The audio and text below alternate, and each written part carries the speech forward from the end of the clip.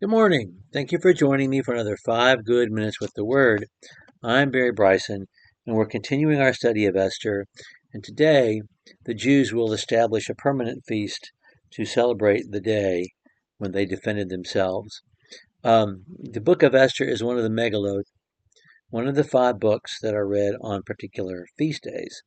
Um, Lamentations is read on the anniversary of the destruction of Jerusalem, and the book of Ruth is read on the day of Pentecost. Anyway, this is one of those books. In fact, um, practically, it exists to explain the holiday itself, the day of Purim. And Purim is the name of the feast that they have to commemorate the day when they successfully defended themselves. Esther chapter 9, verse 16. Now, the rest of the Jews who were in the king's provinces assembled to defend their lives and rid themselves of their enemies. And they killed 75,000 of those who hated them, but they did not lay their hands on any plunder.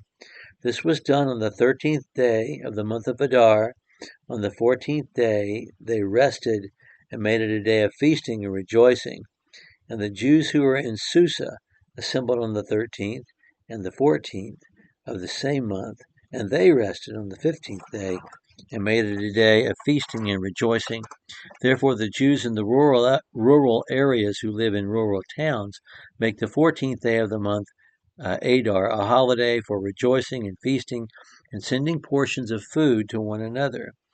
And then Mordecai, who's second in command in the country, in verse 20 and following, establishes it as a permanent day, as a national holiday, a Jewish holiday, into perpetuity, and it is to this day.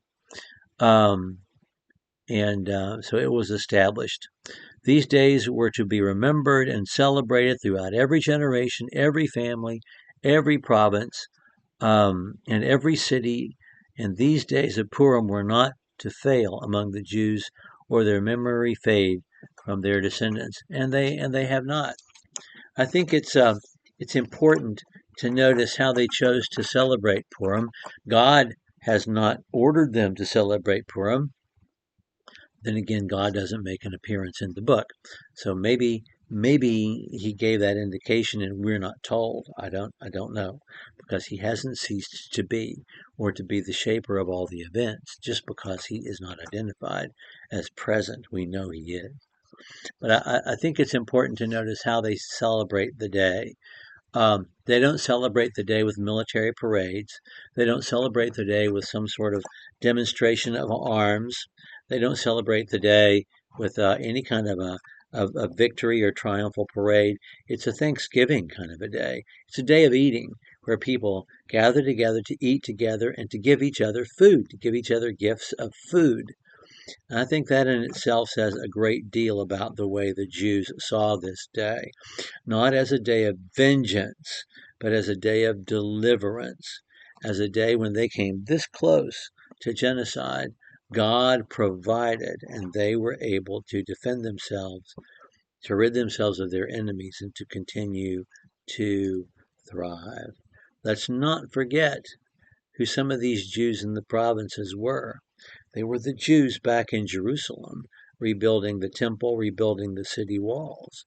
They were the Jews back in Jerusalem trying to establish a city-state back in the ancient homeland of the Jews, the homeland that God had given to them, because these events happened after the decree of Cyrus when the Jews were allowed to go back. Jews have been living in Jerusalem now for 50, 60 years and struggling to establish a foothold in Judea and to rebuild something of a of a cohesive nation again, that could be easily identified as Jewish. They're trying to do that, and and they would have been helpless against their enemies had Mordecai and Esther not have intervened. And I just really love that we are reminded they took no plunder, and they are not celebrating this day as a day of bloodshed, but as a day of provision and deliverance. a day of God's goodness when they feast together and they share food with each other. It's an amazing thing to me. Okay, we're going to spend one more session in the book of Esther, and then we'll go on to our next study. Thank you for joining me for another 5 good minutes with the Word.